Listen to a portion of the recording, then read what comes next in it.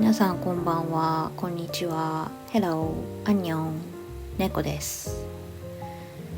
いやー、6月ですね。この音声をね、収録している時はまだ5月なんですけど、北海道ってさ、気温が急に上がるから夏がね、いきなり来るイメージなんですよ。この収録してるのがね、実は5月の中旬なんですけど、毎日ね20度いかなくて、朝方はまだ暖房入れたりしてる。上着もね羽織って外に出たりとか全然ある。でこの前ねスプーンでそんな話をしたら、本州の人がね、そんな寒いんだってびっくりしてたんですけど、本州はねもう30度近い気温になってたりするもんね。本当に北海道ってね、1年の中で半分は冬くらいの感じでね、長袖着てる期間が長いんですよ。その分夏の入りが急で、突然なんか暑くないみたいな日があって、その日からね急に夏になります。水遊びもねでもほとんど寒いんですよ。海に入ってちょうどいいみたいなのって本当になんか7月後半から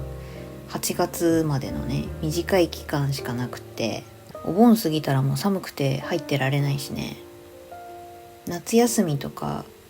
屋外のねプールに子供たちを連れて行ったりするんですけど、いつもね唇紫色にして入ってる。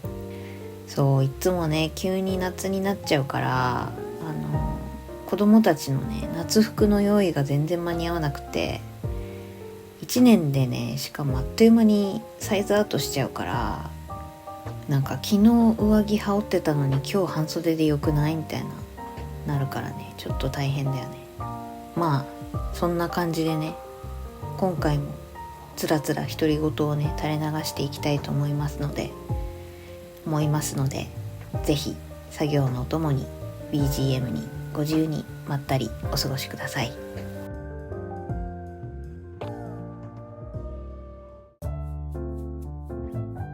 さて今回はね、あんまりこれっていうテーマを決めていないので、思いつくままにお話ししていきましょうかね。もう2026年も半分と、そっちの方がびっくりですね。私の2026年の目標、皆さん覚えてますか？どっかで語っていたはずなんですけど、ブログの収益でね月1000円が今年の目標と、現時点でねどこまでいったかというと、半年でやっと100円。やばい。ブログのことはねこのラジオでも何回か語ってるんですけど、これが現実ね。みんなね100円しか稼げないのって思うでしょ。半年で100円もねまだマシっていう世界なんですよ。なんかねアドセンス通るとこまではSEO とかね整えればなんとかなるレベルらしいんですけど、やっぱしね取ってからの問題が大きいよね。ブログに人を呼び込んでね広告見てもらわないとどうにもならないっていうところがあって、そのために私もいろいろ頑張ってるんですけど、なんかねちゃんと数値を見ると2月に YouTube も始めて、オファーウォールもねちょうど2月から始めてたので、そこからこう収益がぐっと増えて、ブログの見られてる回数とかも増えてるので、ちゃんとブログへの動線が機能しているんじゃないのかなっていう印象はあるんですけど、何でもね始めてみないとわからないものですね。なんかね Google さんがね4月からねオファーウォールを一般解禁してくれちゃって、私は2月の先行解禁組だったので、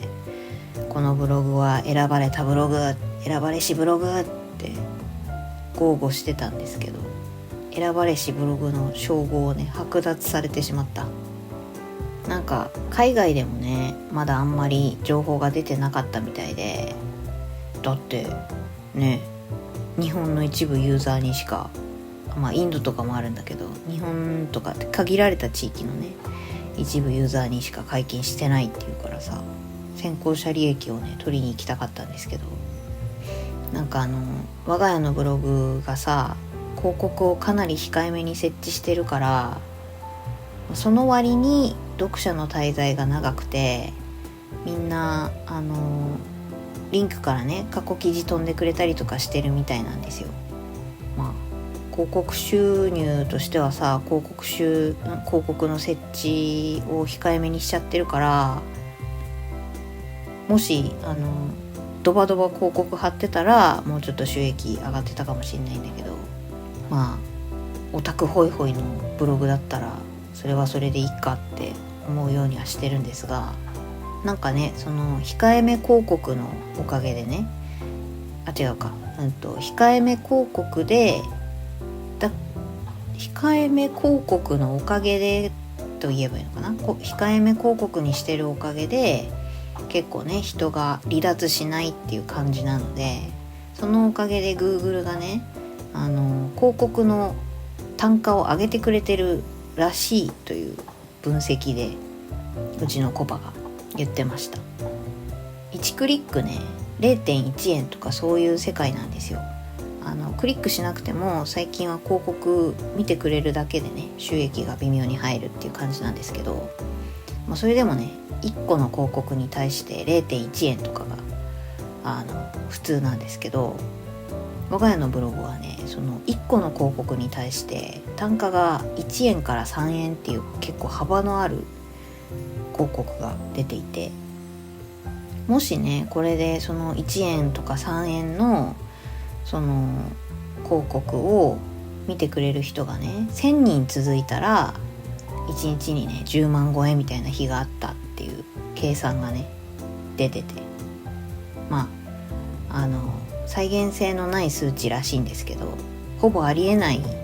予測みたいなものを出してね夢を見させてくるんですよ Google が。そんな感じでね最近はまたね新しい挑戦もしてみようかなということでね今ちょこちょこ計画を練っているんですが、ぜひ温かくこの YouTube もブログも応援していただければなと思います。そうそう、この前さショート動画にもしたんですけど、そんなにね頻繁ではないんですが、我が家ね家族でプチ旅行に行くんですよ。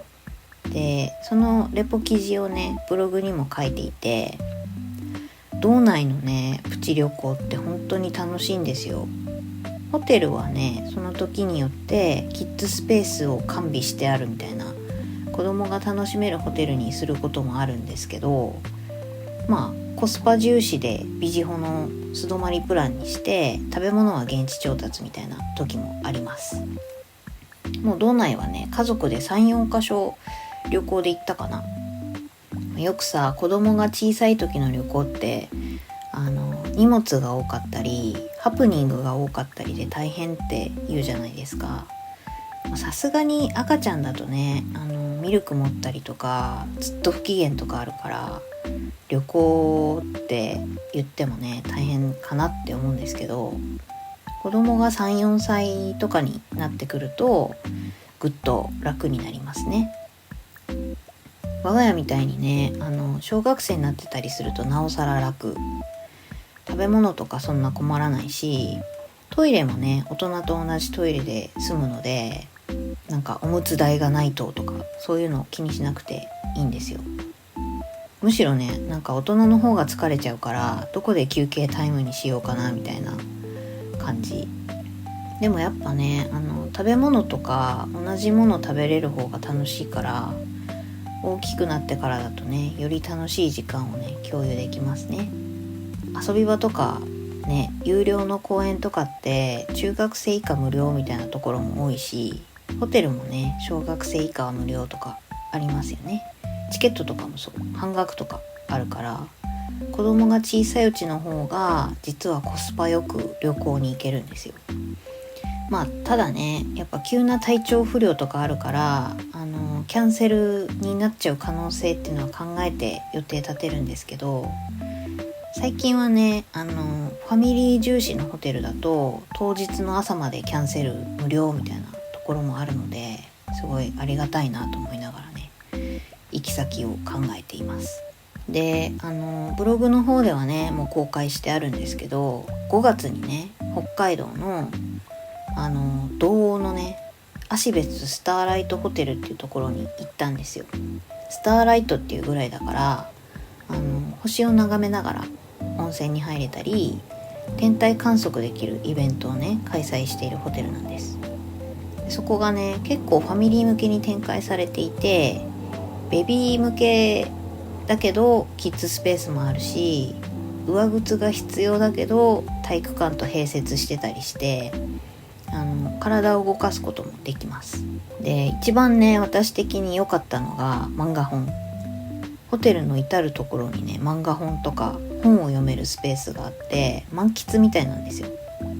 我が家はね子供たちがまだ漫画本読まないから全然ゆっくり読めなかったんだけど、それでもね絵本が少し置いてあるスペースがあって、子供たちが絵本読んでる間にだいぶね流し読みなんですけど、空は赤い川のほとりっていう篠原千恵先生の歴史ロマン漫画をね読みました。私ね結構小さい時からね篠原千恵先生の漫画好きで、闇のパープルアイとかドラマも見てたんですけど、ちょっとね子供の頃だからさアダルトなシーンにねドキドキしたりして、大人向け少女漫画っていう感じなんですけど、少女漫画っぽくないのがすごくいいなと思うね先生の作風です。で夫はねヴィンランドサガ読んでた。やっぱねスペースの置き場所の問題はあるんだけど、漫画本って紙で読むのが好きだなと思って、まだね諦めてないんですけど、壁一面の本棚っていうのがねずっと憧れがあって、壁面収納で一面漫画本の本棚にしてね、子供とか自分とかも読むし、なんか子供のお友達とかが満喫に来る勢いで読んでくれたりとかいいよね。漫画本はね一番教養になると思ってるんで。何の話だっけ、話戻してね、スターライトホテルはねそんな感じで漫画をね主に楽しむことができるホテルだったので、子供たちがね漫画本に興味を持つようになったらまた来たいし、夫婦でもねまた行きたい。ずっとねラウンジで漫画本読んでると思う。でやっぱしね気になるご飯、なんかね夜ご飯も朝ご飯もバイキングだったんですけど、すんごい美味しかったです。前に旅行に行ったところでご飯が美味しいホテルっていうと、帯広のホテルもねすごい美味しくて大満足だったんですけど、帯広の方はねホテルがそんなに大きいホテルじゃなかったんで、割とこうこじんまりとしているようなバイキングだったんですよ。今回のね芦別スターライトホテルは大きいホテルだったんで、バイキングもすごい豪華でした。で最近ねお米が高いから家で食べるお米ってだいたいブレンド米が多かったんですよ。でホテルのねそのバイキングに北海道の夢ピリカっていう銘柄米が使われていて、で芦別がね結構お米が名産みたいな地でもあったので、すんごいねお米が美味しかったです。でホテル泊まった時にねご飯が豪華なところだとその土地の銘柄米食べられたりするので、そのバイキングでね銘柄米を食べまくるっていうのもいいなと思って、現代的なね楽しみ方を見出してしまった。で温泉もね我が家はね子供たちが赤ちゃんの頃から混浴しない主義なので、ずっと私が2人連れて入るんですよ。だから全然ゆっくり浸かれないんですけど、それもねうちのスパダリ夫がねすごい気にしてて、次は家族風呂で探そうって言ってくれてました。でも意外とね子供たちは湯船が何個かあるんですけど、湯船に人がいなくなったら移動して遊びながらね入ってたんで、私は遠目でこう様子を見て割とゆっくり疲れたなって思ってます。露天風呂はね寒いって言ってすぐ戻ってきちゃったんで、ちょっと露天風呂はもうちょっとゆっくり入りたかったかな。で日帰り入浴とかねラウンジだけ日帰り利用とかもできるので、宿泊しなくても全然楽しめます。この時はね天体観測ができなかったので、雨降ってたから、次回リベンジしたいですね。皆さんもね観光地とかではないんですが、ホテルを目当てに行っても十分楽しめるので、芦別スターライトホテルね行ってみてください。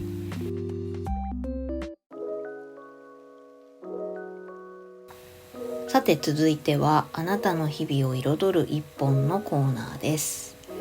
オタクの私が皆さんにぜひ体感してほしい一本をご紹介しております。今回ご紹介するのはこちら、孤独のグルメ。もう大人気ドラマ、あと映画もあるので知らない方はいらっしゃらないかもしれないんですけど、私はねこのドラマを見てね何度料理をねインスパイアされたか。原作は久住正幸先生、作画はね谷口二郎先生の孤独のグルメ。2冊くらいね漫画本出てたと思います。主人公の井の頭五郎がいろいろなエピソードとともに一人飯を堪能するっていうドラマです。五郎さん役をね松重豊さんが演じられていて、これがまたいいんですよ。私はね孤独のグルメで松重豊さん好きになったんですけど、食べ方がねものすごい美味しそうで、ご飯の時に見ながら一緒に食べたくなるし、見てるとね同じもの食べたくなるんですよ。基本的に食べてる最中は五郎さんのモノローグで食べるのに集中されてるんですけど、そのモノローグもね落ち着いた松重さんの声で渋い。松重さん自身はねあんまり大食いじゃないんですって。だから撮影の前はね結構お腹空かせて挑んだりしているみたいで、おっさんが飯食う映像の何が面白いんだみたいに思ってたらしいんですけど、大ヒットと。これ最近ね BTS のメンバーで私が好きなジンくんというメンバーがいるんですが、ジンくんのソロバラエティ番組にね松重さんが出演されていたことがあって、韓国ってねあんまり一人でご飯食べる文化がなくて、仲が悪い人でもね飯は一緒に食うぞみたいな文化なんですって。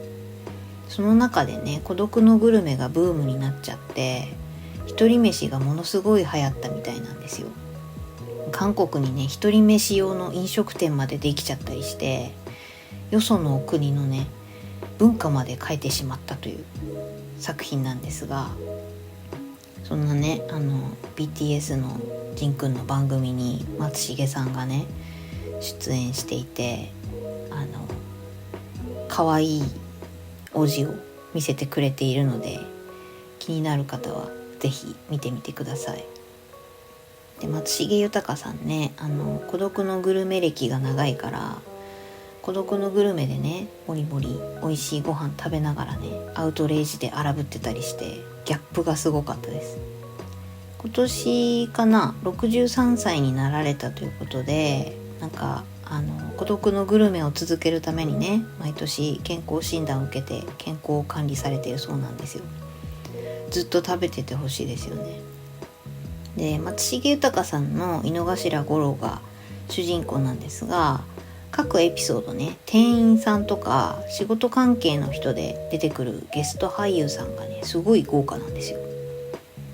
毎シーズン最終話にね原作者の久住先生がカメオ出演されてたりして、結構ね小ネタを探すのも楽しいです。あと音楽もねすごく面白いのでフレーズにね注目して聞いてみてください。孤独のグルメはねドラマも全部面白いし美味しそうだし、大晦日スペシャルとか特別編でね地域を特集してたり国を変えてたりするので、ぜひ見てみてください。実際にねそのお店に行きたくなるし、家でも再現料理がしたくなる美味しい番組です。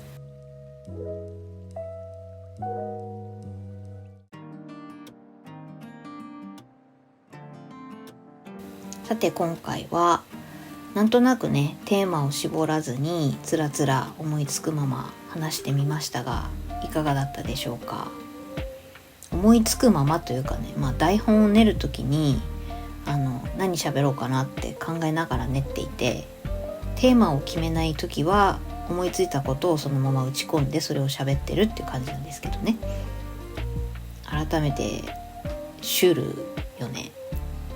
前はね結構あれ喋ろうこれ喋ろうみたいな感じで一個キーワードを思いついてそれを中心に台本考えてたんだけど、今回そのキーワードがね思い浮かばなくて、スプーンだとねライブ配信だからさ、喋ることがない時は作業してとかそういう本当に思いつくままに配信してるんで、改めて話題をねラジオっぽくネタとして落とし込もうとすると構成を考えなきゃいけないんで、またちょっと違う筋肉が必要な感じがありますね。でもね浮き沈みだからさ、たまたま話題がない時もあるよね。そりゃ子供たちいたらさ、結構基本毎日事件なんだけど、そんなに事件ない時もあるじゃんか。普通に毎日を暮らしているというだけで十分だよね。そんな感じでね